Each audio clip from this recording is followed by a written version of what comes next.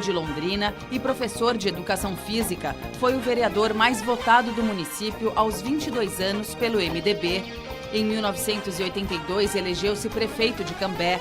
Secretário da Fazenda do Paraná entre 1987 e 1990 na gestão de Álvaro Dias e de 2011 a 2013 no governo de Beto Richa, também presidiu o Conselho de Administração do então Banco do Estado do Paraná. Em seu 7º mandato consecutivo na Câmara dos Deputados, é o relator da reforma tributária e um dos mais enfáticos defensores da simplificação e da redução do número de impostos. Para tratar das reformas propostas pelo governo Michel Temer, do Pacto Federativo e do combate à corrupção, entre outros assuntos, o deputado federal Luiz Carlos Rauli, do PSDB, é o convidado do Roda Viva desta noite.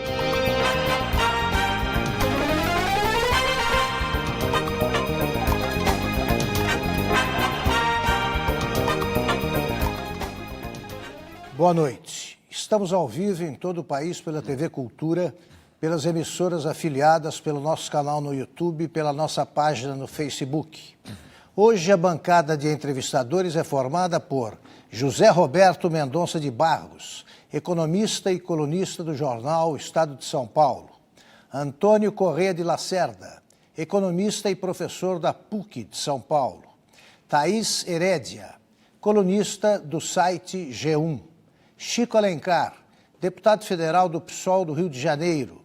E Fernando Sampaio, economista. Contamos, como sempre, com os desenhos feitos em tempo real pelo nosso cartunista Paulo Caruso. Você pode participar do programa enviando perguntas ou comentários para a hashtag Roda Viva no Twitter. Deputado Luiz Carlos Rauli, muito obrigado pela aceitação do convite, por estar aqui conversando conosco, entre outros assuntos, sobre reforma tributária que interessa a todos os brasileiros. Eu já começo perguntando o seguinte, a reforma proposta pelo senhor, o conjunto de medidas proposto pelo senhor, vai apenas simplificar, o que não é pouco, o sistema tributário, ou vai reduzir a carga tributária? E aí eu já passo para alguns comentários que vieram pelo Twitter, que o José Antônio Braga, por exemplo, diz que ele considera absurda a carga tributária imposta aos cidadãos brasileiros. Pois bom, prazer muito grande estar aqui com vocês. Realmente, o sistema tributário, primeiro, tem que uma complexidade de tal monta que hoje ele tem 2 trilhões de reais de contencioso tributário entre a Justiça Federal, os Estados e os Conselhos de Contribuintes, tem 3 trilhões de dívida ativa, 500 bilhões de renúncia fiscal por ano, 460 bilhões por ano de sonegação e uma burocracia que chega a custar 2,6% do preço final de um produto, contando só a parte empresarial, não a parte pública para arrecadar esse imposto. Então, o sistema brasileiro é anarco-caótico, um verdadeiro manicômio tributário do ponto de vista jurídico e do ponto de vista funcional, ele é um Frankenstein funcional. Assim como nos filmes o Frankenstein se movimenta, né, é disfuncional, muito pesado, que mata as empresas e mata os empregos. E o Brasil tem um defeito congênito, o excesso de tributação no consumo. Nós temos 54% da carga tributária no consumo, 20,8% na renda, 20,3% na Previdência e 4,4% na propriedade. E isso criou uma distorção muito grave nesses últimos 50 anos. A supertributação da base de consumo onera a empresa, acaba entupindo a empresa de tributo e mata a sua competitividade entre as empresas nacionais e com o resto do mundo. E mata os empregos. Então, esta disfunção, essa distorção tributária brasileira fez que nos últimos 37 anos o Brasil deixasse de crescer e prosperar. Nós crescemos de 1930 a 1980 a uma taxa de 6,3% ao ano. De 1981 para cá, nós passamos a crescer em média 2,12%. Perdemos 4 pontos. O nosso PIB hoje é de 6 trilhões e era para estar em mais de 15 trilhões por conta das inadequações em propriedades. Então, a carga tributária para arrecadar 33%, que é a carga hoje, que é a 20ª maior carga do mundo, ela tem carga para 50%, então vai diminuir carga sim. Vai diminuir. Para o contribuinte vai também. E principalmente por baixa renda, os que ganham menos, que são os que pagam o dobro dos ricos. Vamos tratar de todos os assuntos nos desdobramentos aí das perguntas. Thaís Herédia abre a roda. Vamos lá. Deputado, boa noite. Boa noite. O senhor falou aqui que o sistema está distorcido há 50 anos e faz 25 que eu lhe entrevistei a respeito da reforma tributária a primeira vez, de uma reforma, de um projeto de reforma tributária para o Brasil. E eu queria saber do senhor que diferença que o senhor vê hoje do momento, o que vai ser diferente hoje que não foi em outros momentos da história recente, para não voltar 50 anos ou 25, em que esse tema ganhou relevância. Por exemplo, em 2003, que também lhe ouvi sobre esse mesmo tema, e que havia ali uma expectativa muito grande que ia avançar e burros na água. Qual é a diferença hoje? Mas essa luta começa o erro de 50 anos, quando, ao invés de termos um IVA nacional, cobrança e destino, criamos 3 IVAs. Um IVA Frankenstein anão, que é o ISS, um Gabiru, que é o IPI, e um IVA Frankenstein grandão, que é o ICMS. Então, esse modelo foi acrescentado com o IPI, com o PIS, COFINS, CID, salário de educação, todos na base do consumo. E criou essa confusão. Por que vai ser agora? Porque é a maior crise econômica da história do Brasil. Diz que tinha um fundo do poço, chegou ao fundo, tinha um alçapão, já parou lá do outro lado do mundo. Então, há quantos anos? Nós estamos, nesses últimos 3 anos, o mundo já recuperou a economia e o Brasil decresceu nesses últimos 3 anos 7,5% do PIB. E o mundo cresceu 9,9%, a China mais de 20%. Então, qual é a saída que o governo tem? Soluções macroeconômicas? Não resolve. Todas as soluções macroeconômicas e todas as reformas fatiadas só trouxeram mais prejuízo para a economia brasileira. Destruíram a competitividade do parque industrial brasileiro, do setor produtivo e milhões de desempregados, 13 milhões de desempregados, 62 milhões de pessoas inadimplentes. O senhor acha que isso vai ser suficiente para fazer esse debate avançar? Há uma consciência hoje nacional. Eu vejo que há uma consciência nacional pela reforma tributária. Eu andei o país, já fiz 117 palestras em 22 estados, está faltando 5 estados, 170 reuniões de trabalho, reuniões técnicas, com praticamente todos os 96 setores da economia, com auditores municipais, seus sindicatos, auditores estaduais, auditores federais, trabalhadores, tenho debatido com partidos políticos e todos os lugares há um consenso que deve implantar o IVA no Brasil, tem que enxugar o sistema tributário, tem que simplificar e usar o que tem disponível hoje no mundo, é a tecnologia, é a cobrança do imposto online, para sair da burocracia. Então, eu acredito que sim. Eu converso com os colegas no Congresso, deputados, senadores, né? E a reforma tributária é a mãe de todas as reformas. É importante a trabalhista, a previdência, terceirização, o teto, a reforma do Estado, a reforma política, mas a tributária, sem ela, não vai ter empregos, não há distribuição de riqueza. José Roberto Mendonça de Barros. Deputado, eu conheci o deputado quando secretário da Fazenda do Paraná. No século passado. No século passado, um bocado de tempo. É um prazer estar aqui. O nosso sistema tributário realmente virou um manicômio, né? Como o deputado colocou, pelo auge da confusão, da burocracia, da coisa pesada. Realmente estamos na beira do precipício. Será que é por isso que dá para mudar? Só porque nós estamos na beira do precipício? Porque essa tem sido a experiência do Brasil em muito tempo, a começar com a inflação, né?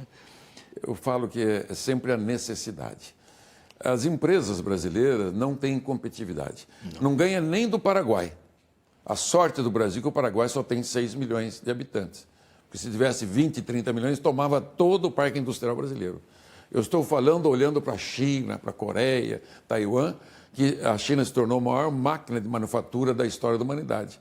E o nosso sistema tributário não permite que as nossas empresas tenham preços competitivos com os produtos que vêm do Paraguai e do resto do mundo. Então, nós temos que dar condições para ele e, consequentemente, gerar empregos, bons empregos que vêm da indústria, que vêm do comércio. Do Verdade. Eu queria só adicionar que eu, como economista formado há pouco tempo, vivi a reforma tributária de 1967, que era uma novidade e era um IVA. E isso foi implantado a partir durante 2 anos trabalhando na Secretaria da Fazenda na implantação disso. E eu vi o ovo da serpente ser instalado, que é uma coisa simples. O IVA, para dar certo, tem que ser realmente universal. Nacional. E foi aí que a coisa começou a se complicar, um casinho para a região A, um casinho para o produto B, um casinho para o produto C, virou esse emaranhado, né? E à medida que a crise foi avançando, ao lado do emaranhado, nós começamos a operação Me Dá um Dinheiro Aí. Então, toma dinheiro do contribuinte pelos mais diversos arranjos. Como é que vai dar para simplificar ao ponto de fazer funcionar? Olhando para a Europa, Canadá, Estados Unidos, o modelo tributário europeu é o modelo que nós queremos harmonizar, claro, atendendo algumas peculiaridades do Brasil. Você só tem 3 bases tributárias conhecidas: a propriedade, a renda e o consumo. O consumo no Brasil é super tributado e complexo, anarco, caótico, manicômio e é um Frankenstein.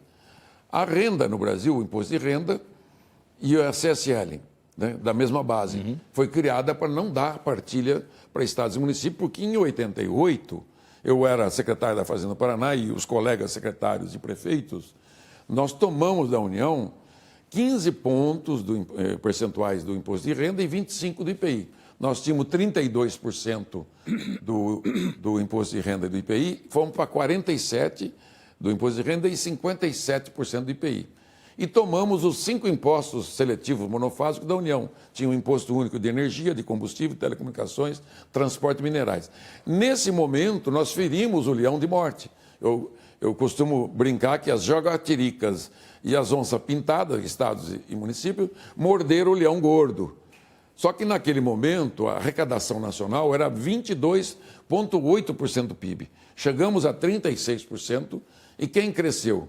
A União, porque os estados, o ICM ficou em 7% desde a inauguração dele há 50 anos. Então, o que houve nesses anos todos, uma distorção do sistema tributário. Quando foi criado o IVA, ele não podia ser subregional. Não existe em nenhuma federação IVA cobrado por estado e por município. Aqui existe. Deputado, alguns espectadores querem que o senhor explique o que é exatamente o IVA. Isso. O IVA é Imposto de Bens e Serviços. É a mesma base da soma do ICMS com o ISS. A soma dos 2 tributos, que é bens e serviços, forma a base consumo, base IVA. Ou, o que o governo federal fez nesses últimos 20, quase 30 anos, desde a Constituinte, o PIS/COFINS tem exatamente a mesma base do ICMS e ISS. E o próprio IPI também é um pedaço da base do ICMS. Qualquer tributo que você coloque, você crie, você coloca em cima das empresas, vai para a empresa, claro, ela vai para o preço e o preço vai para o consumidor. Então, quando você sobrecarrega, isso vai para o preço. O Brasil, uma pessoa que ganha 2 salários mínimos, segundo o IPEA e a FIP São Paulo, mas o IPEA o estudo é de 2008, tem 53,9% de carga tributária direta e indireta. Vou repetir. Se essa pessoa ganha R$1.000, tem R$539 de imposto. Quem ganha acima de 30 salários tem apenas 29%. Então, se a carga tributária é 33, 34, 35, os mais pobres pagam uma carga tributária maior do que os mais ricos. Quanto mais ganha, menor a carga tributária. É de uma injustiça, né? É de uma desumanidade essa carga tributária. Então, por que acontece isso? Porque carregamos demais. Se você analisar os Estados Unidos é muito barato, os produtos, as mercadorias, os bens, claro, eles dependem da arrecadação 100% americana, só 18% vem do consumo. E o Brasil, 54%. É 3 vezes maior, por isso que o litro de gasolina é mais barato, o carro é mais barato. Mas eles deixam de arrecadar? Não. Eles cobram mais imposto de renda e mais imposto de propriedade. Eles têm mais do que o dobro de imposto de propriedade do que o Brasil e mais do que o dobro de imposto de renda do que o Brasil. Vamos girar a roda, deputado Chico Alencar. Pois é. Me permita, Raul, eu vou Pois não. tratá-lo como a gente que se conhece, está há muito tempo junto lá no front, nem sempre na mesma posição. Quarta-feira você deu o aval a Temer para não ser investigado, eu estava em outra posição. Mas a questão é, você fala do manicômio tributário e, pelos dados que você já trouxe aqui, está se vendo que os demiurgos, os construtores ou gerentes desse manicômio, podem ser loucos, mas não rasgam dinheiro. O sistema tributário reproduz a tragédia histórica do Brasil, que é a abissal, profunda desigualdade social. A pergunta é a seguinte: na sua proposta, por não tocar, por exemplo, em algo que não só o Piketty agora, mas Fernando Henrique, em 1989. Depois, nós, com o projeto, Ivan Valente, Luciana Genro e eu, já mais recente, de 2006, colocamos o imposto sobre grandes fortunas. Também o imposto sobre heranças. Por outro lado, a Seguridade Social, na sua proposta simplificadora, ela perde o COFINS. Isso tudo não significa mais do mesmo, ainda que simplificado. A simplificação não leva necessariamente à justiça fiscal e tributária. Não está muito insuficiente, pelo menos? Chico, do ponto de vista social, a nossa proposta é uma revolução. Nós vamos aumentar o poder aquisitivo de milhões de brasileiros. Só de tirar o imposto de comida e remédio, para quem ganha 2, 3 salários mínimos, nós vamos aumentar em 15% o poder aquisitivo dessas pessoas. Ao tirar... Né, Onde vai tirar do imposto do remédio? Vai tirar e realocar. IBS, Imposto de Bens e Serviços, né? Vai tirar, dentro do imposto de bens e serviços, a carga tributária hoje do remédio no Brasil é 33%. Comida é 34%, segundo a própria BIA, Associação Brasileira de Indústria de Alimentos. E a segunda, a Interfarma, é 33% de remédio. A nossa proposta é trazer para zero ou próximo de zero, para diminuir a tributação e, com isso, você dá o poder aquisitivo aos que ganham mais. Uma segunda proposta nossa, que está colocando no projeto, é devolução direta para os que ganham menos, aí estenderia um pouco mais, para fazer a justiça tributária. Nós queremos devolver aos poucos, né, para essas famílias que ganham menos, para diminuir essa regressividade, que é uma das maiores do mundo. Não é a maior, mas é uma das maiores do mundo. Os impostos patrimoniais, o que eu posso fazer, esse relator, que ele já é um imposto que existe, o imposto de fortuna, que é o imposto de transmissão causa-morte, intervivos, o próprio IPVA, o ITR, o ITBI, nós vamos criar, por sugestão nossa, com os auditores municipais, estamos fazendo um projeto para normatizar as alíquotas. Porque quando chega na instância do município, não é bem cobrado. Então, nós vamos normatizar para que eles façam uma justa cobrança. Pelo menos esses 4,4% da arrecadação possa ir para uns 6%, porque a base patrimônio é uma base muito restrita. Você pode ver que o próprio Estados Unidos, que cobra o dobro, e a Inglaterra, chega a 11% da arrecadação nacional. O nosso chega a 4,4%, no meu conceito, do meu data Howley, do Banco Mundial chega a 5%, conforme o ângulo e o ano que você pega de cálculo. A base renda no Brasil, que dá 20,8%, é baixa, mas só pode ser feita alguma coisa na base renda desde que haja uma negociação entre trabalhadores, centrais sindicais, entre governo, profissionais liberais e o Congresso. Eu topo administrar também esse projeto, não é da minha especialidade. Mas não poderá haver aumento de imposto de renda se não for pela dedução da base de consumo. Se diminuirmos 2 pontos da base de consumo, pode aumentar 2 pontos na base de renda. Todo o objetivo do projeto é viabilizar o setor produtivo para ter preços competitivos, porque a formação de preço relativo no Brasil é um desastre, só salva-se quem pode, tem exceção. Ou você tem incentivo fiscal, ou você é monopólio, oligopólio e cartelizado, ou você sonega ou faz planejamento fiscal. Então, nós temos que ter um sistema neutro na formação de preço para que as empresas possam voltar a produzir, exercer a sua capacidade plena de produção industrial, gerar empregos e gerar renda.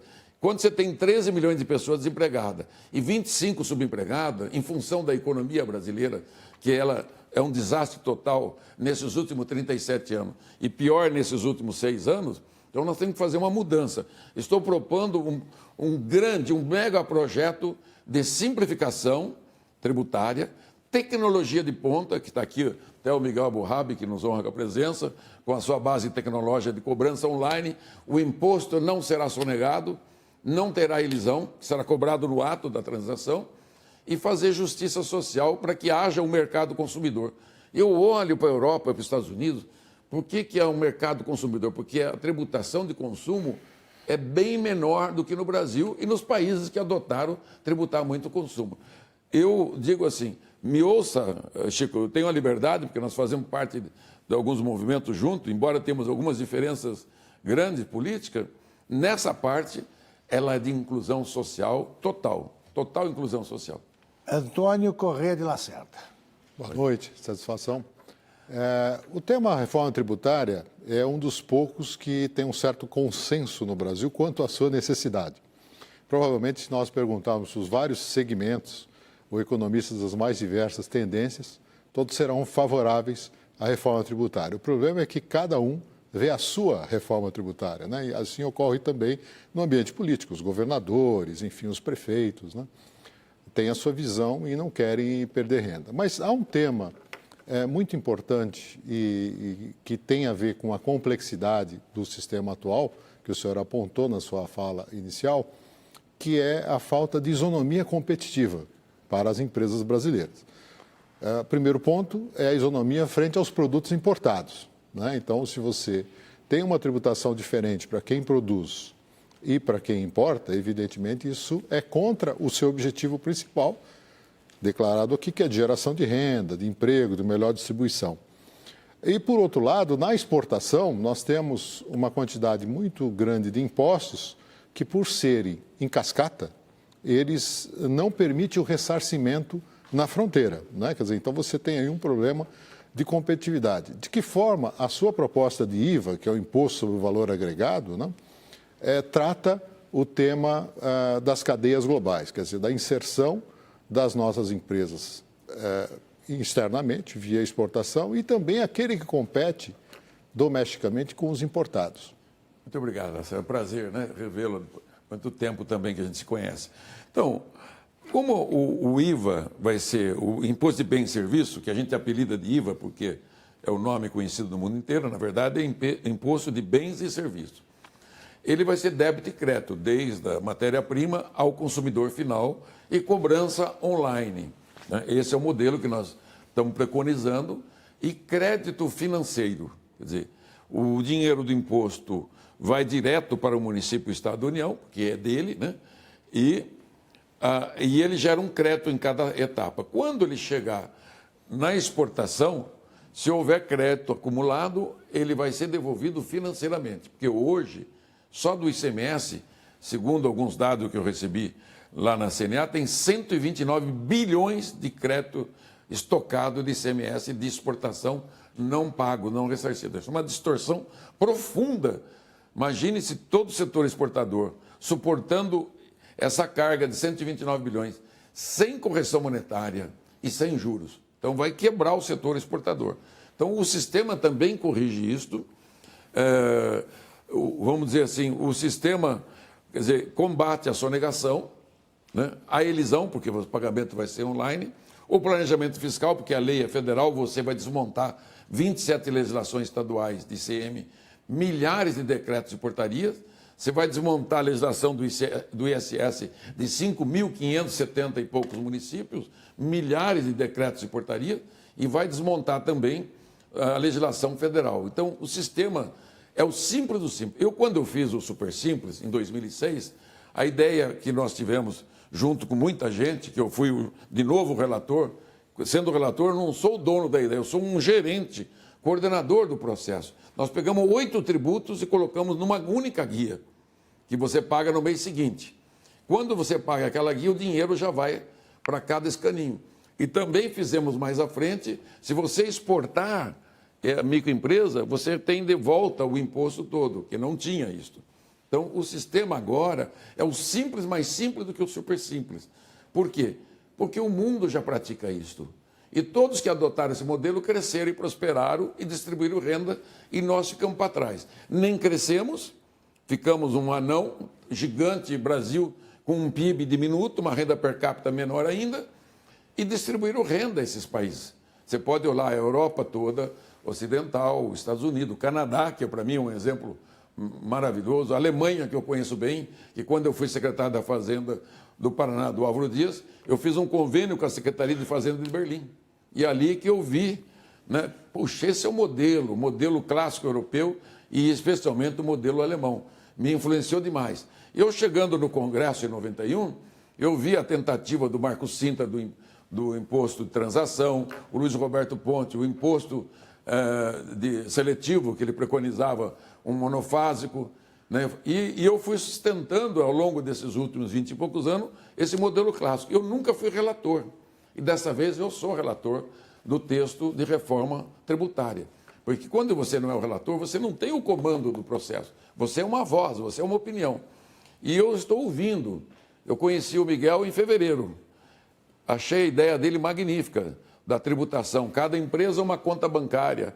Cada conta bancária linkada ao fisco. O débito e crédito vai passar por todo esse processo. É como você pega a tua conta bancária, todo dia o CETIP não fecha a tua conta bancária, está no vermelho ou está no azul. Então, o modelo que ele preconiza tem essa característica. Eu acredito muito na tecnologia e na simplificação. Agora, ao simplificar, posso completar só um bem detalhe? Rapidamente, para a gente poder fechar. Isso. Quando você trata igualmente serviços, ou no mesmo bloco, serviços e mercadorias, você não está impedindo o ressarcimento, especialmente na cadeia produtiva, nos elos da cadeia produtiva? Não, vai ser tudo débito e crédito. Nós vamos ter 6 ou 7 alíquotas, 2 de serviços menores, há compromisso que eu tenho de manter mais ou menos as atuais alíquotas legais para cada segmento. Dos 96 segmentos econômicos que nós temos no Brasil, de serviço e de bens, serão mantidas essa carga tributária por setor. Claro que ao fazer a simplificação, você vai ter carga demais para diminuir. Haverá uma diminuição. Tem muita gordura trans, né? Que eu chamo que são a sonegação, os incentivos fiscais que nós temos que eliminar. E o custo da burocracia também. Fernando Sampaio, fechar. Fernando. Muito boa noite, deputado. Boa noite, Fernando. Primeiro, eu queria fazer 2 elogios à sua proposta. Todos os levantamentos sobre o que é difícil para fazer negócio no Brasil, do Banco Mundial, do Fórum Econômico Mundial, todos dizem muita burocracia, muita complicação. Então, portanto, essa diretriz de simplificação certamente vai facilitar a vida de todos os contribuintes, sejam pessoas físicas ou jurídicas. Um segundo elogio é a ideia de reformar o sistema sem perder carga. Porque até alguns anos atrás havia propostas que propunham uma redução dramática. E aí como é que você faz para financiar as políticas públicas e para servir a dívida? Então eram propostas muito pouco realistas, eu acho que esse realismo é salutar. Mas eu queria voltar com um questionamento sobre a questão da tributação da propriedade. Nos anos Lula... Nós estamos no fim do bloco, viu, Antônio? Vou pedir concisão na pergunta. Serei rápido. Nos anos Lula se falou muito da melhora da distribuição de renda, que era constatada por várias pesquisas que analisam a renda do trabalho. Pesquisas mais recentes estão mostrando que, quando se leva em conta os ganhos de capital, lucros, aluguéis, a renda do capital, não houve melhora substantiva da distribuição de renda. Porque a distribuição de renda muito ruim, concentrada, é reflexo da concentração da propriedade. Isso. Então, eu queria destacar o seguinte, a importância dos impostos sobre a propriedade como indutor para que a propriedade seja colocada na sua função social, né? Como inibidor de especulação imobiliária, seja urbana, seja rural, assim por diante. Então, digamos assim, a importância do imposto sobre propriedade não tanto como fonte de recursos, mas como fonte de mudança na distribuição muito concentrada da propriedade, que limita os impactos sobre a distribuição de renda das próprias propostas da sua... Um bom sistema tributário, como nós estamos preconizando, que já tem exemplo no mundo, vale mais que todos os programas sociais juntos. Isso o próprio Piquet falou e outros tantos economistas que estudam da matéria. Da maneira que nós estamos elaborando, fazer uma diminuição da carga direta de comida e remédio e fazer uma devolução por nota fiscal eletrônica nos programas de Nota Paulista, Nota Paraná e outra que nós temos isso, você consegue devolver tributos excessivos da baixa renda. Você faz uma enorme diferença. E outra, a propriedade, como é um imposto municipal, e tanto o IPVA, metade é do município, vai ser 100% dele, e também o transmissão causa-morte, nós vamos só ajudar a normatizar. Nós não teremos influência no poder local de tributação, mas nós podemos fazer uma lei nacional, dar alguns comandos, uniformizar a alíquota de IPVA, né, fazer algumas regras de responsabilidade, né, fiscal para que sejam executadas.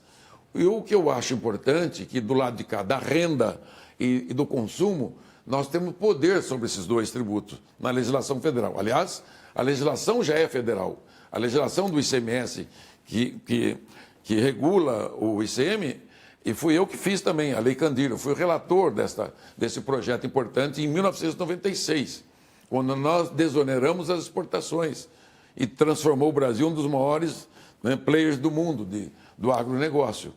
Então, o que nós temos que aplicar na simplificação, na tecnologia e na busca da justiça social. Dar poder de compra a milhões de brasileiros. Você não pode dar isso da noite para o dia, senão você dá um choque de demanda, vira uma inflação danada. Você pode ir dando aos poucos. O que nós queremos, não só eu, todos que apoiam, a minha comissão especial, que é presidida pelo Wildo Rocha, né? E todos os membros da comissão, que tem representantes de todos os partidos, me deram carta branca, Raul, vai para o Brasil pregar a proposta que nós estamos com você. Tenho falado com os líderes dos partidos todos, tenho conversado dia e noite com todo mundo, com todas as entidades produtivas do país e também de auditores. Essa semana passada eu recebi as 4 categorias principais de auditores sindicais. Tem mais 2 que vão fechar, são 6 categorias, né? E eles estão com a proposta nossa. Eu já fiz essa exposição para o presidente da República, seus ministros, para o governador de São Paulo, já fiz para o Rodrigo Maia. Estou indo bancada por bancada para construir o consenso. O presidente Rodrigo Maia falou para mim, Raul, construa o consenso, acerta na comissão e me traga a proposta. Nesse momento, a FGV Rio, o SEBRAE estão fazendo os cálculos das alíquotas, com apoio também do Instituto Atlântico, do CCIF aqui de São Paulo, né, que é uma belíssima instituição, o IPEA, e estamos aguardando o governo federal a entrar no processo. Né? Nós estamos aguardando. O governo federal fala, olha, cá aqui os números, dados para a gente confrontar, porque eles têm medo de perder receita. O empresário tem medo de aumentar a carga tributária. Então, e esse relator tem vontade de conciliar todos. Então, não dá para dar perda, igual você falou, nem aumentar a carga tributária. O que dá para enxugar o sistema. Só as gorduras trans. Nós podemos fazer um sistema simples, diminuir preço de tudo, ter competitividade para as empresas. É isso que eu acredito. Vamos para um rápido intervalo e voltamos já já com o deputado federal Luiz Carlos Raul, relator da Comissão de Reforma Tributária na Câmara. Você pode participar do programa enviando perguntas ou comentários para a hashtag Roda Viva no Twitter.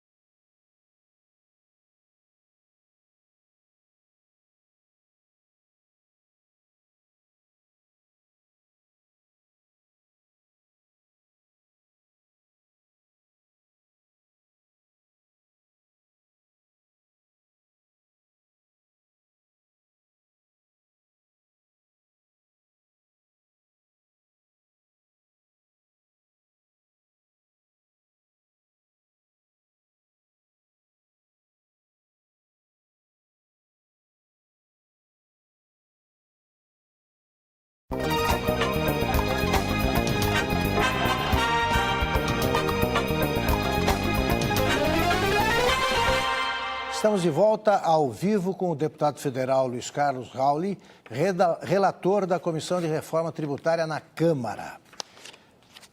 Deputado, o Tiago Roquete, pelo Twitter, quer saber, diz o seguinte, a tabela do imposto de renda será atualizada quando? E faz uma observação, pagamos impostos demais sem nenhum retorno ao contribuinte. Depois o Zé Roberto vai fazer a pergunta.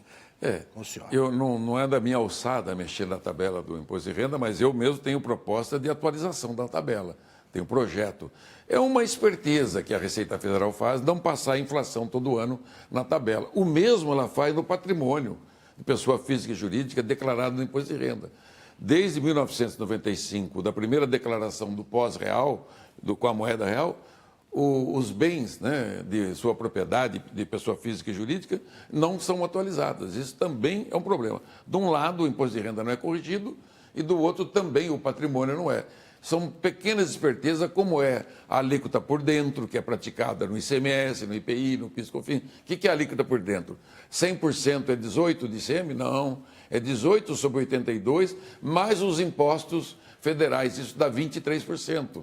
Essas cobranças que acabam criando uma irritação muito grande para o contribuinte brasileiro. Então, você tem razão, Tiago.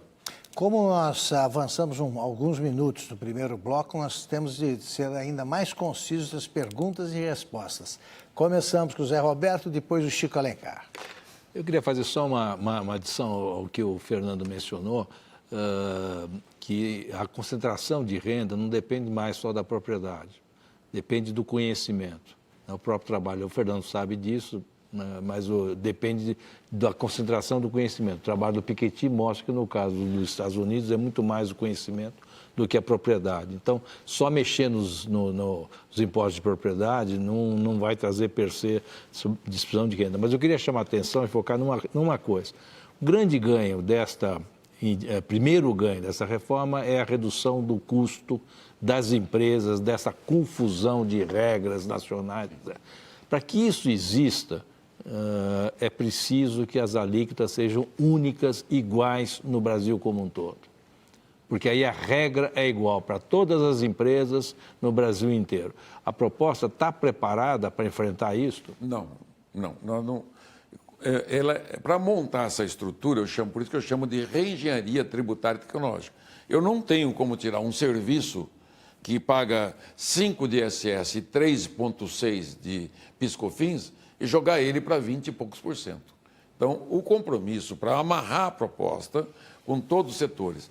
Então, é mais ou menos ficar dentro dessa mesma estrutura de alíquotas.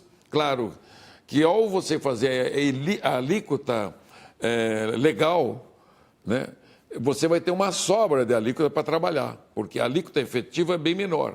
Mas a alíquota efetiva que você cobra. Então, é assim, primeira etapa, para atravessar o Rubicão, para atravessar o outro lado do Rio do Jordão, você tem que ter algumas concessões, ou, por exemplo, tem algumas propostas, como o CCIF e outras, preconiza a alíquota única, para serviço e para bens. Não, mas que pega a alíquota de bens. Né? O mesmo bem tem a alíquota que vai de 0% a 33%. No Brasil, nos diversos lugares. A simplificação só vai acontecer se a alíquota for a mesma para aquele tipo de bem no Brasil inteiro. Ah, sim, a mesma no Brasil. É isso sim. Então, eu tinha entendido... Para cada produto, são 96 setores da economia, de bens e serviços. Cada setor terá a mesma alíquota no país. Embora alguns setores terão... Mas hoje ela não tem a mesma alíquota. Não, porque hoje você tem mais de 200 alíquotas. E isso a reforma está preparada para enfrentar. Tem centenas de alíquotas aí, porque tem do município, tem do Estado, tem da União. É uma confusão, é um caos, né? É uma Babel. Mais a diferença regional, deputado. Quer dizer, o etanol paga... Não, vai ser o único no Brasil. Único no Brasil. E importação também, que eu não deixou claro, Lacerda. Que só quando assim você importar, o custo administrativo se reduz. Porque o conceito, Zé Roberto, é o imposto de quem quer, é de quem consome. Ele não é de quem produz. E o Brasil é uma outra distorção. Nós começamos a dar o imposto para quem produz e não para quem consome. Mas só que para ter esse conceito em estados e municípios, Nós vamos levar de 15 a 20 anos para fazer essa transição, para não ter a guerra de partilha. Porque o que impediu a reforma tributária nesses últimos 30 anos, a União, os estados querem mais dinheiro, os municípios também. Se você for atender todas essas características, você não atravessa o Rio Jordão. Né? Entendeu? Você tem que falar, olha, primeiros 5 anos, os estados e municípios terão a mesma arrecadação em percentuais do último ano. Não tem mais conceito de empresa competitiva e não competitiva. O conceito no mundo hoje é de país competitivo e não competitivo. E o Brasil não é competitivo. Ele é totalmente distorcido, matando as suas empresas, mata os empregos e mata a economia brasileira. Chico. Raul, a sua proposta tem o mérito da simplificação. Agora, simplificar não conduz necessariamente à equidade e à justiça tributária de que o país tanto carece.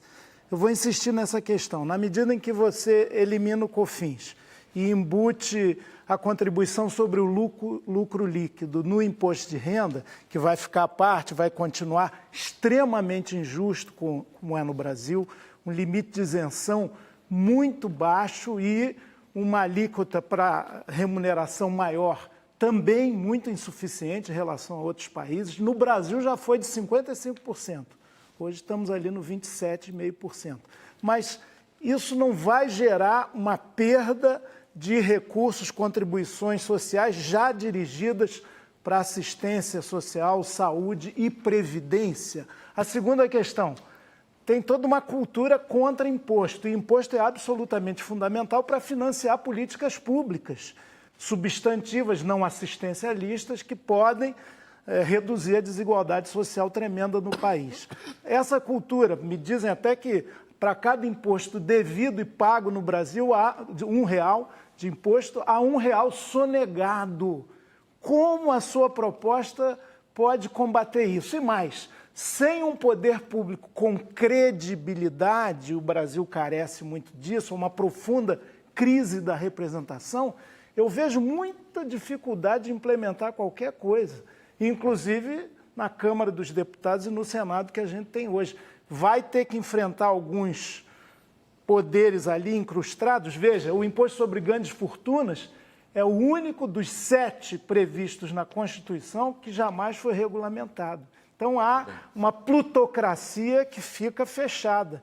Só simplificar não basta. Bom, o que eu posso dizer e colaborar, primeiro que a garantia dos direitos sociais, da seguridade, da saúde, da educação e da previdência estão na Constituição e no orçamento. A forma de arrecadar não mexe. Vamos otimizar a arrecadação. O que nós arrecadamos de PIS/COFINS e de CSL vai melhorar muito combater a sonegação, a corrupção, a burocracia. Então, ao simplificar, nós vamos garantir o dinheiro para a seguridade. Nós vamos garantir o dinheiro para a assistência social. Vamos garantir o dinheiro para a saúde. Então, a forma de cobrança, a simplificação e a tecnologia que nós queremos aplicar no processo combate a sonegação. A sonegação no Brasil, segundo a PGFM, Procuradoria da Fazenda, fala em 28%. Eu utilizo um estudo do seu xará, Zé Roberto, que fala em 23%, Zé Roberto Afonso. Então, vamos dizer, eu sou do tempo que falava que tinha 50% de sonegação. O super simples que nós fizemos, o simples, o super simples, diminuiu muito a sonegação, porque hoje você formaliza, né? Você não precisa estar totalmente exposto. Mas ainda há muita sonegação no Brasil. Pior, o planejamento fiscal. Ou seja, o contencioso de 2 trilhões tem cabimento? Renúncia de 500 bilhões tem cabimento? Essas gorduras todas, nós vamos eliminar do sistema tributário. Isso vai ter um preço de uma mercadoria, de um bem e serviço menor para o consumidor brasileiro. Então, vai ser socialmente muito mais justo. O Piketty fala isso, outros estudiosos, outros estudos falam nessa simplificação. Eu não tenho dúvida, veja uma coisa, se o Brasil tivesse crescido nesses últimos 6 anos, de 2011 a 2016, o mesmo que a média mundial, nós teríamos crescido 20%. A China cresceu 55% e o Brasil menos 0,7%. Então, nós teríamos 20% de 2 trilhões de arrecadação, nós teríamos 400 bilhões a mais de arrecadação União, Estados e Municípios, não teríamos déficit. Quase que nem déficit nominal, porque cobriria o déficit primário de 180 e grande parte do déficit nominal. É isso, eu falo, sem crescimento, e o sistema tributário nosso vai permitir o Brasil voltar a crescer a 6%, 7% a nível de crescimento de tigre asiático, que o Brasil crescia de 1930 até 80. O que derrubou os militares foi exatamente a crise econômica. O que derrubou a Dilma, claro, outros problemas, mas a crise econômica que derrubou. Vamos para a Thaisa, nós temos apenas 6 minutos, talvez não dê para completar a roda, a gente continua no próximo bloco. Thaís. Eu vou puxar a sardinha para a seara política, deputado, porque a gente está vivendo um momento em que não há capital político para enfrentamento de temas relevantes, a gente está vendo isso com a Previdência. Então, nós estamos, pelo que o senhor está falando aqui e pela avaliação dos economistas, há consenso, há o fundo do poço, que daria esse estímulo para finalmente se comprometer com a mudança, mas e a coragem? A coragem de aceitar perder num processo de transição? A coragem de assumir esse capital político e levar isso à frente, para realmente aprovar essa reforma? Bom, eu tive umas 5, 6 conversas com o presidente Michel Temer. Eu falei, presidente, a grande reforma é a tributária. Se o senhor fizer... A prioridade do governo é a Previdência, não. Né? Se ele fizer a tributária, ele passa para a história. A Previdência é despesa. Eu estou falando de geração de emprego e riqueza, que é o sistema tributário, que é a espinha dorsal do país. Claro, ele tem a reforma da Previdência, ele vai fazer ao longo dos anos. Já fizemos 2, 3, 4 reformas previdenciárias. E nesse momento, o governo sabe, o Congresso sabe que tem grandes dificuldades.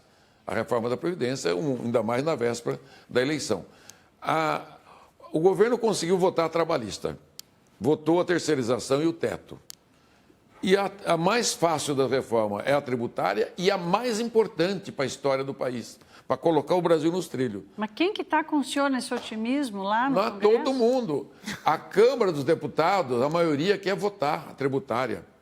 Estamos com todo o setor produtivo nacional, os auditores. E os governadores? Governadores também, porque eles... Imagina um governador de Minas, do Rio, que não consegue pagar folha. Porque se tivesse crescido a economia, ele tinha dinheiro da folha. Ele não tem nem para pagar a folha. Eu vi agora há pouco no noticiário aqui, nem o 13º do Rio de Janeiro foi pago.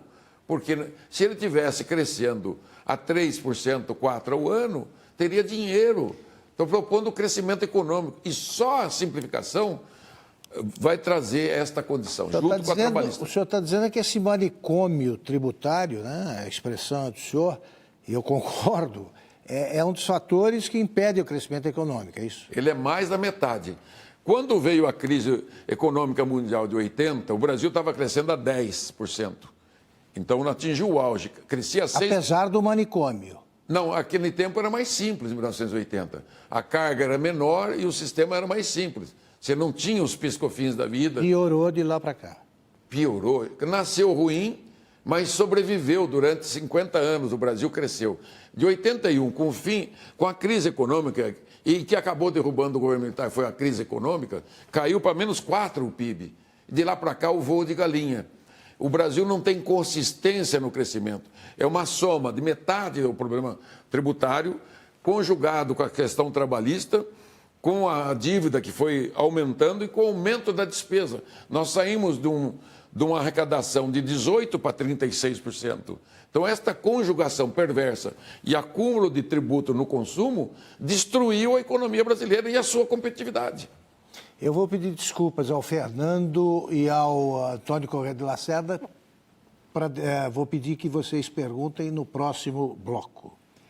Vamos para mais um ligeiro intervalo e voltamos já já com o deputado Luiz Carlos Rauli, relator da Comissão de Reforma Tributária. Você pode participar do programa enviando perguntas ou comentários para a hashtag Roda Viva no Twitter.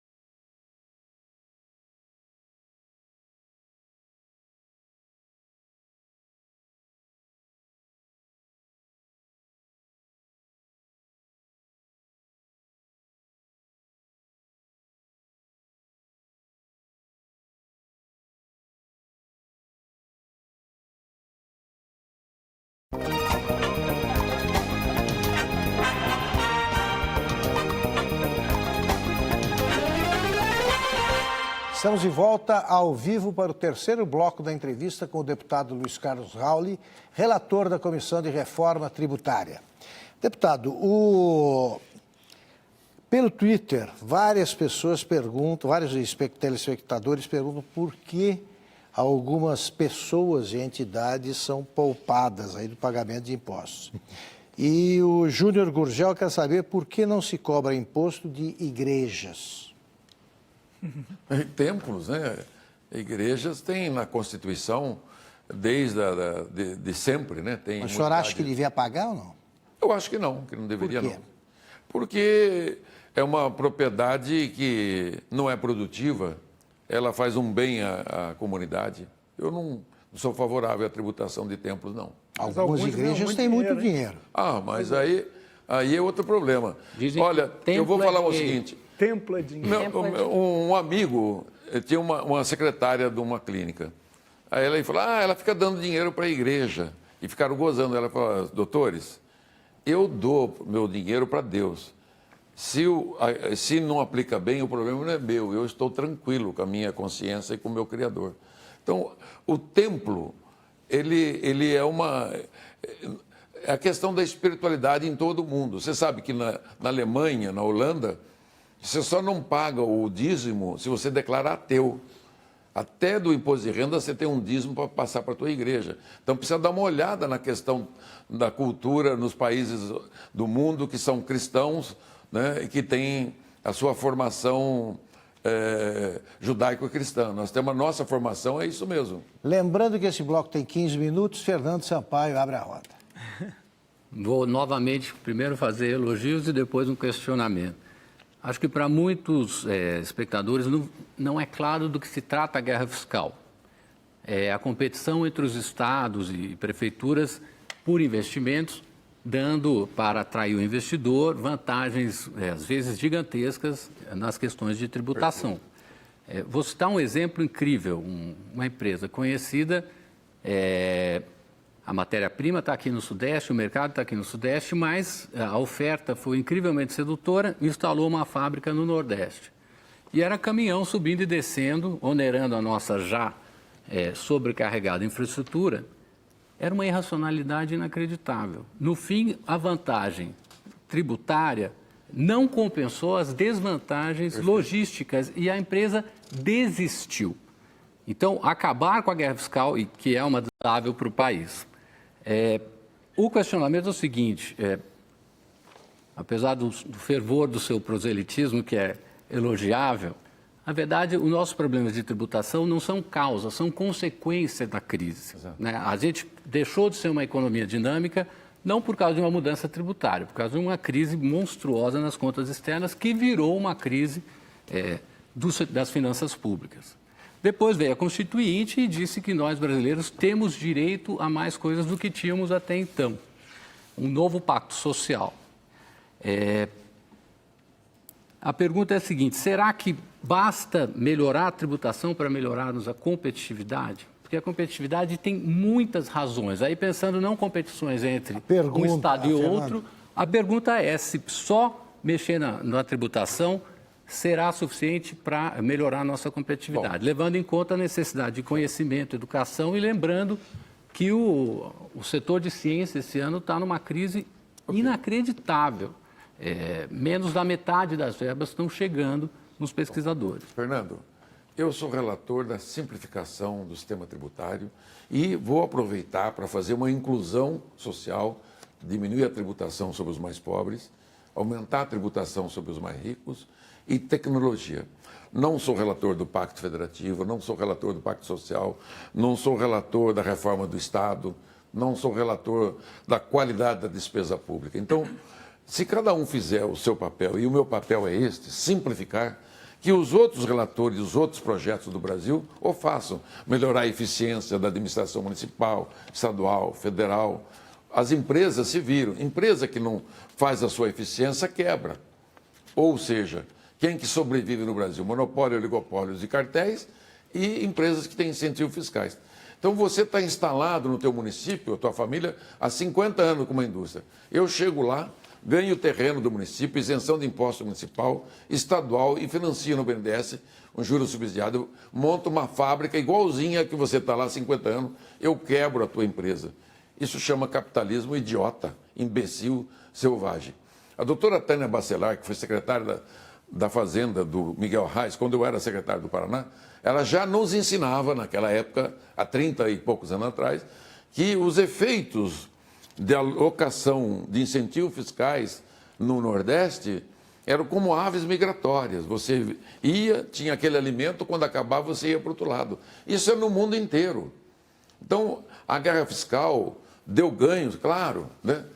Momentaneamente, você tem que ficar dando benefício o resto da vida. Então, ao fazer um novo sistema, nós vamos ter que dar competitividade, isonomia, tributação, e o país inteiro vai crescer. Nós queremos que o sistema tributário cresça de norte a sul, leste a oeste. E vamos continuar também dando incentivo à micro e pequena empresa para todas, como nós fizemos a partir de 1996. Antônio Corrêa de Lacerda.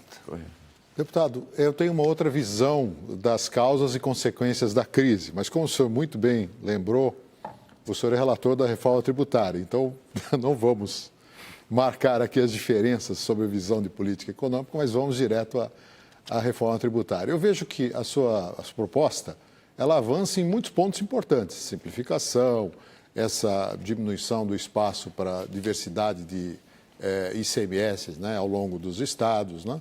Mas ela é extremamente conservadora do ponto de vista da distribuição, porque embora ela tenha um interesse na ponta em gerar um pouco mais de competitividade, naquilo que é essencial, ela não mexe, né? Que é a progressividade do imposto sobre a renda, né? E o segundo é o imposto sobre a propriedade. Eu sei que o argumento, que o senhor já muito bem aqui destacou, é que o potencial arrecadatório da propriedade relativamente à renda e ao consumo é muito pequeno. Mas o senhor não vê também que uma reforma tributária deveria corrigir as distorções e igualando, ou pelo menos tendo maior isonomia em relação às práticas internacionais e, portanto, atacar esses pontos? Eu concordo com a tua análise e faço isso. Nas minhas exposições, nas minhas 117 palestras e 170 reuniões, eu enfatizo a regressividade. Isso está bem claro com as pesquisas que eu mostro, que é da IPEA e da FIP de São Paulo, da tributação sobre a renda. O meu diagnóstico é que precisa aumentar a tributação da renda e um pouco da propriedade, mas tem que diminuir do consumo. Essa é uma condição sine qua non. Não haverá nenhuma possibilidade, nenhum apoio nosso de querer aumentar o imposto de renda sem diminuir o imposto de consumo. Mas no próprio consumo, a nossa proposta já diminui a regressividade. Você tem N bens para tributar mais, com alíquotas maiores, e desonerar aqueles itens de consumo de massa, comida, remédio zero. A própria máquina e equipamento do Brasil, o ativo fixo, que é tributado ainda, tem que ser desonerado, porque só o Brasil e o Paquistão tributam o ativo fixo no mundo. Remédio, o mundo não, é quase zero a tributação, e comida também, é 7 a média. E nós temos 33, 34. Então, Lacerda, eu concordo com você, mas tem que criar um consenso. Eu, como sou relator da PEC, avancei também em relatar o imposto IVA, que é imposto de valor agregado. O que é imposto de valor agregado? Cada etapa que você acrescenta custos e mão de obra e etc., você vai tributando aquela diferença. Vamos dizer, um tributo começa com 100, termina com 300, cada um tributa o seu pedaço, né? Isso que é valor adicionado, valor agregado. Então, a proposta nossa contempla isso. Só é possível aumentar imposto de renda no Brasil desde que negociado. Você tem que sentar com os trabalhadores, profissionais liberais e o Congresso e o governo e falar, olha, é preciso aumentar gradativamente, diminuindo o consumo. Diagnóstico, indicativo, estou dando indicativo, não sou médico, mas economista, como você, então tem que fazer. Senão não diminui a regressividade. Mas não daria para avançar, por exemplo, nas distorções sobre o imposto sobre propriedade, por exemplo? É possível.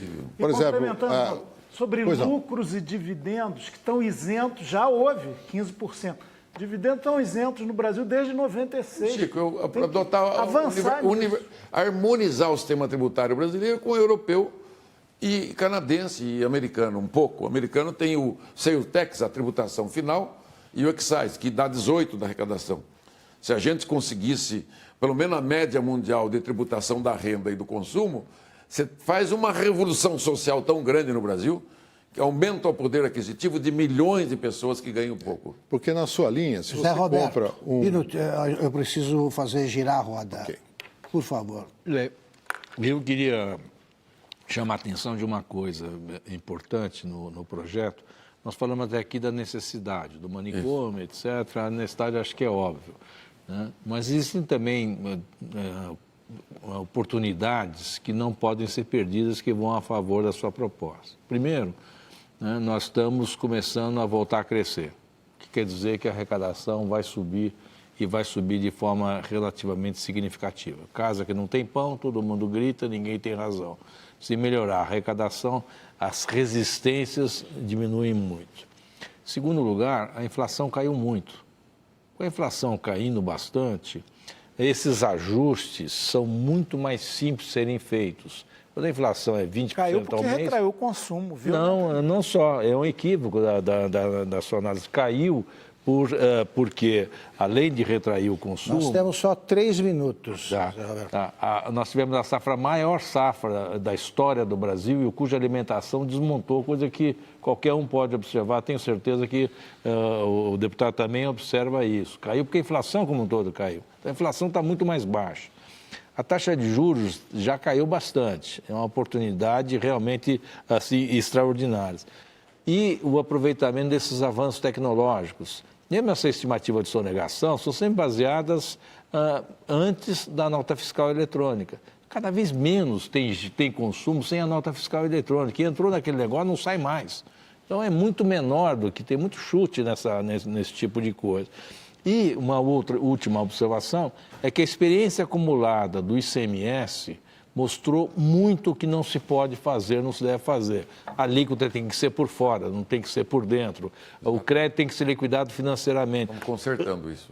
É muito mais robusto. Perguntas, Zé Roberto, para A minha pergunta é se esta oportunidade, além da necessidade, não facilita a aprovação. Zé, eu tenho certeza que vai ser aprovado, porque é a necessidade de todos. Partidos de esquerda, de direita, de centro. Essa proposta é suprapartidária. Ela é dos 513 deputados, dos 81 senadores, dos 27 governadores, dos 5.570 e poucos prefeitos, de todos os empresários e todos os trabalhadores. É uma proposta nacional. Eu não inventei nada. Eu só estou consolidando, eu sou gerente, administrador desse processo para tirar o país do caos. Por isso que eu vim pedir o apoio de vocês, cada um de vocês. Vamos junto. Eu também não tenho condição de saber tudo, de apurar tudo, mas eu tenho condição de ajustar essa proposta.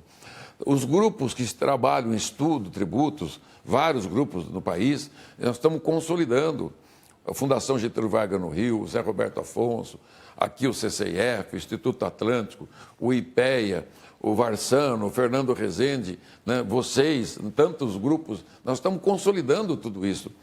E está próximo, porque a pregação já foi feita. Aqui hoje, eu já falei pessoalmente em palestra para mais de 20 mil pessoas.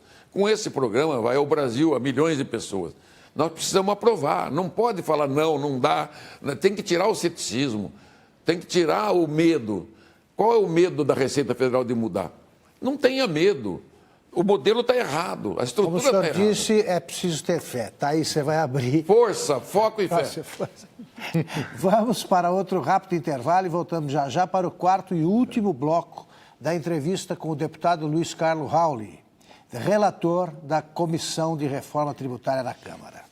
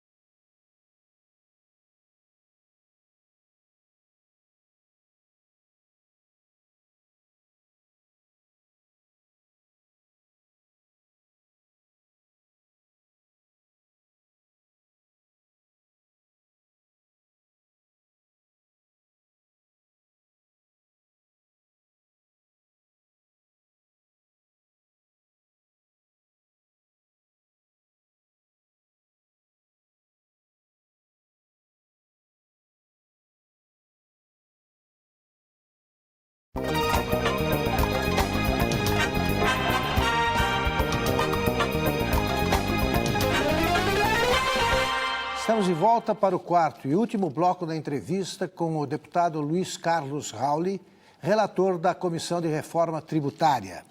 Deputado, a Folha de São Paulo informou na edição de 25 de novembro, baseada na declaração de imposto de renda do próprio personagem que será citado aqui, que o empresário Joesley Batista, que dispensa apresentações, pagou em impostos menos de 1% do que recebeu como administrador, R$2.200.000. E acionista, R$103 milhões de suas empresas. Quando a reforma que o senhor propõe acaba com esse tipo de absurdo? Acaba. E nós podemos também resolver a questão da pejotização. Você cria um sistema único. Essa anarquia tributária, esse caos tributário é que permite isso. Então, o sistema, ao simplificar, o próprio auditor, o próprio tributo, quer dizer, imposto não é bom, ninguém gosta dele, né? Porque chama imposto, né? Que é uma imposição. Mas nesse caso, né, dele e de tantos casos dos mais ricos do Brasil, precisam pagar impostos. Perfeito. E estamos trabalhando isso, sim. A edição é de 25 de setembro, eu cometi um engano. Novembro está chegando, sou eu. Isso. O senhor falou da alíquota do remédio e da alimentação. Tem uma terceira alíquota que eu considero extremamente relevante na conta do orçamento das famílias, que é da conta de luz, que é mais alta até do que a do alimento e do remédio. Essa não vai cair, não, porque eu considero um absurdo a gente pagar quase 40% de imposto sobre a conta de luz, ainda mais agora que está aumentando para danar. Pois o último bloco tem só... O povo inteiro paga. 13 minutos. A conta de luz dos mais pobres, ela tem uma conta ela poderosa. É subsidiada. Ela tem a subsidiada, né? O que aconteceu é que tanto o governo federal e o Estado tributam a energia, combustíveis, telecomunicações excessivamente. Na parte industrial, ela vai para o preço, porque tudo que é custo, ela vai para o preço e vai de novo para o consumidor. Então, esse sistema tem que ser ajustado, né? Chico. Tem que ser ajustado, sim. E depois, desculpe, o Antônio tinha falado comigo, é você, Antônio, depois o Chico. Pode ser nessa hora. Não quero insistir nisso. A exemplo da reforma política, a montanha pariu um ratinho. Foram mudanças no sistema político eleitoral. O meritório fim das coligações nas proporcionais era tão bom que deixaram para 2020 e nada mais de substantivo para manter o condomínio no poder. Como o Brasil é uma sociedade muito injusta e desigual, se a gente não taxa lucros e dividendos, bens de capital, se continua com essa tragédia aí do peso dos impostos indiretos incidindo sobre o consumo. Aqui no Brasil, 44% do total arrecadado vem disso. Nos Estados Unidos, sempre tão exemplar, 18% só. Na França, 25%. No Reino Unido, 30%. Então, há uma distorção profunda. Sinceramente, Raul, vamos ver se a gente modifica no debate, porque você traz um projeto com várias iniciativas infraconstitucionais, não é? Inclusive para mexer no imposto de renda, que está intocado no seu esqueleto, digamos, que você vai trazer, mas se a gente não mexe nisso, na profunda desigualdade da concentração da propriedade, da riqueza, da renda, nós não vamos avançar. Simplifica, mas em vez de equidade, continua um fator de iniquidade. Mas vamos falar bem claramente. A nossa proposta é simplificadora, de inclusão social, de grande impacto social, garante a arrecadação da União, Estados e municípios, do que elas precisam. Mas os secretários não estão reagindo muito? Chico, eu vou precisar tentar completar a roda. Então, só porque tem reação o que eu quero é o seguinte, eu não sou relator de pedaço nem fatiado. Nós temos que relatar e aprovar tudo que precisa do Brasil. Chega de gambiarra, chega de jeitinho, de fatiado, pontuado e de ideias que não levam a lugar nenhum. O modelo é um modelo clássico, Chico. Nós vamos adotar o modelo clássico. Se eu tivesse poder para orientar a tributação patrimonial do município, ajudaria, mas não tem. Nem nós, deputados, temos poder sobre o que o município tributa de IPTU, ITR, o próprio IPVA, que é do Estado e o município. Então, nós vamos orientar essa tributação, entendeu? Mas nós não vamos dar um aumento de ganho para os trabalhadores de 8 bilhões, como é o pseudo-aumento, o tributo de grandes fortunas. Nós vamos dar 200 bilhões de ganho por eles por ano, na hora que completar o ciclo. Nós vamos fazer uma revolução social, de deslocar a tributação do consumo, né, tirando da baixa renda, que é o que o Brasil precisa. Aumentar o potencial, isso vai gerar empregos, vai gerar riqueza e mais impostos. Isso aqui vai fazer circular. Isso, deputado, uma das grandes distorções que nós temos no nosso sistema tributário é essa diferença entre o investimento produtivo. Nós tributamos muito quem quer investir no Brasil, na produção, e qualquer empreendedor tem que pagar muito imposto. E, do outro lado, há uma desoneração de impostos sobre algumas aplicações financeiras. Uma delas é a LCA, que é a letra de crédito agrícola, e outra é a LCI, que é a letra de crédito imobiliário. Como é que a sua proposta trata essa dicotomia entre o excesso de tributação sobre quem investe na produção e, por outro lado, a isenção das aplicações financeiras? Bom, eu não sou autor do projeto de imposto de renda, mas o que nós estamos solicitando, que a hora que a Receita mandar esse projeto com a fusão da CSL com o imposto de renda, que ele faça o que tem no mundo, a tributação, a harmonizar o sistema tributário brasileiro com o mundo. Nós já trabalhamos a lei de transference price, o preço de transferência, que o Brasil é um caos, a legislação de preço de transferência, que tira também competitividade.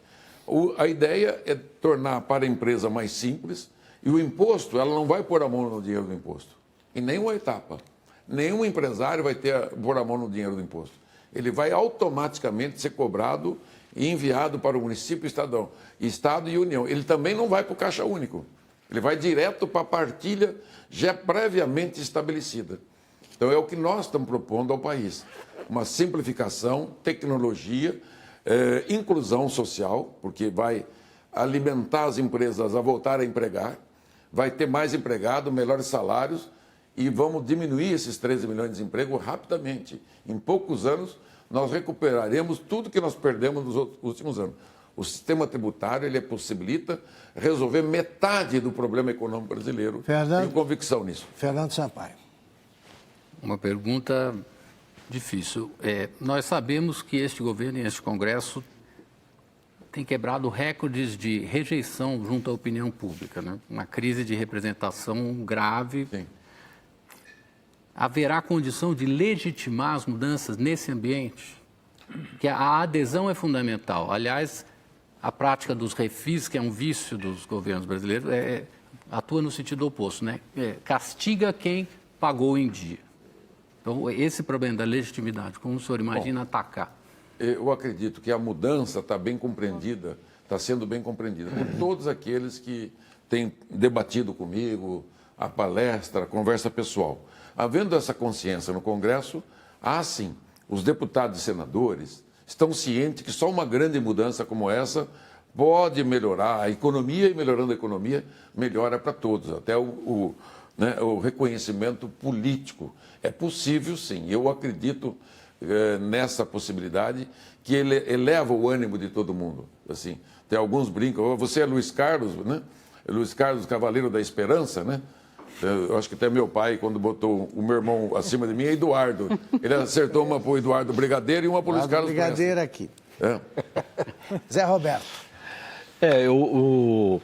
Eu queria só relembrar, a favor aí da sua fé, que este mesmo Congresso aprovou um bocado de coisas relevantes na área econômica, embora não tenha aprovado a Previdência, que talvez seja a coisa mais importante. Então, embora muitas vezes com métodos pouco republicanos, né?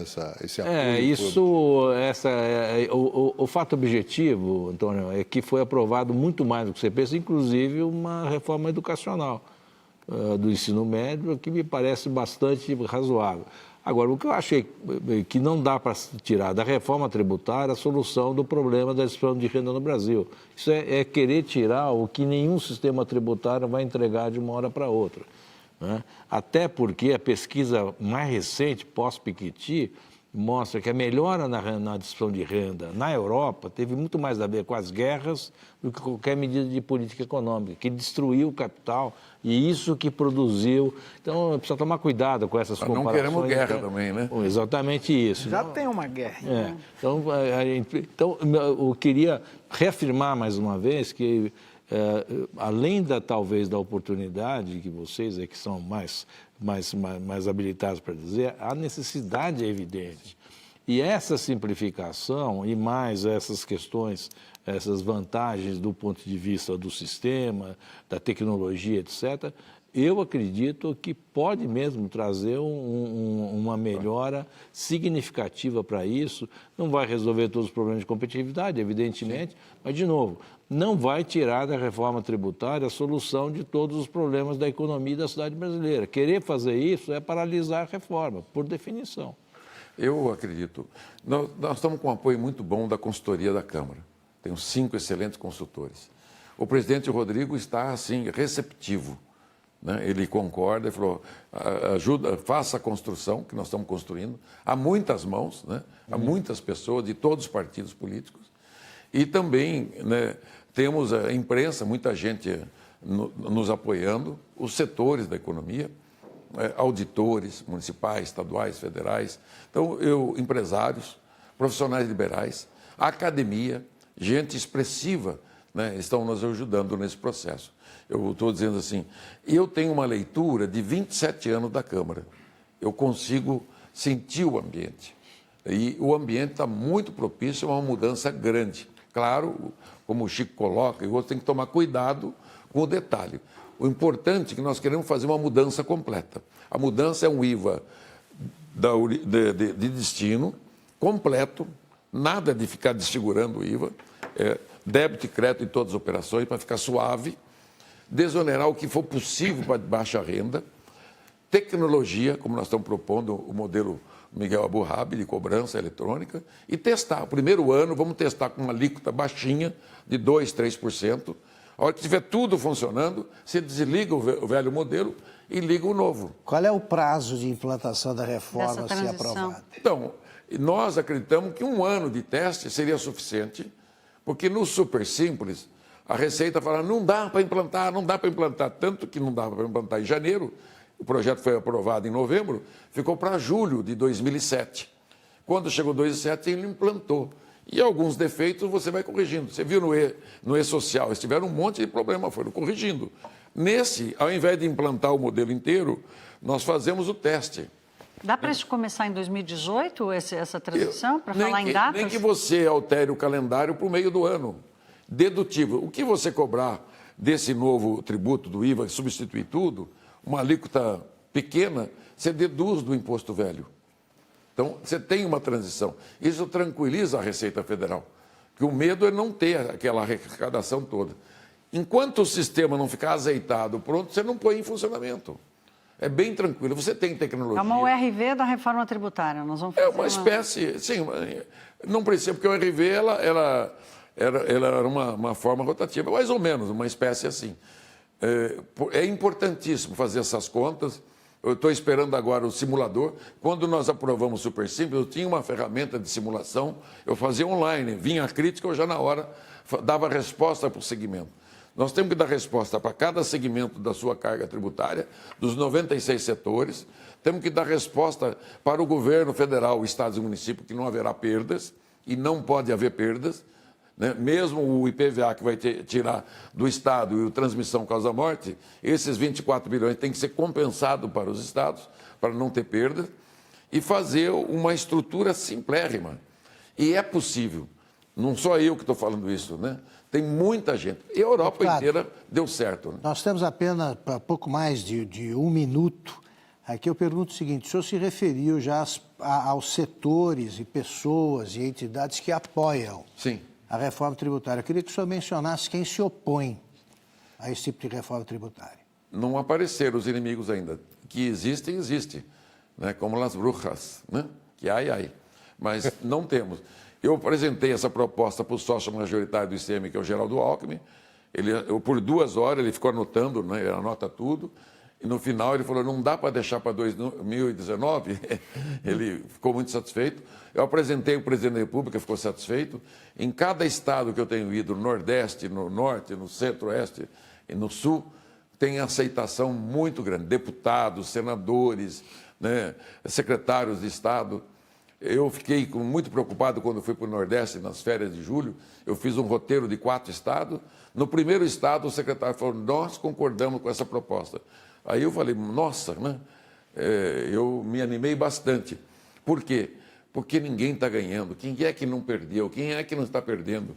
É o pobre, o remediado, o rico, todo mundo está perdendo hoje no Brasil. E não há perspectiva. Mesmo como o Zé coloca, vai crescer, é voo de galinha. Cresce um pouquinho, cai, cresce um pouquinho, cai.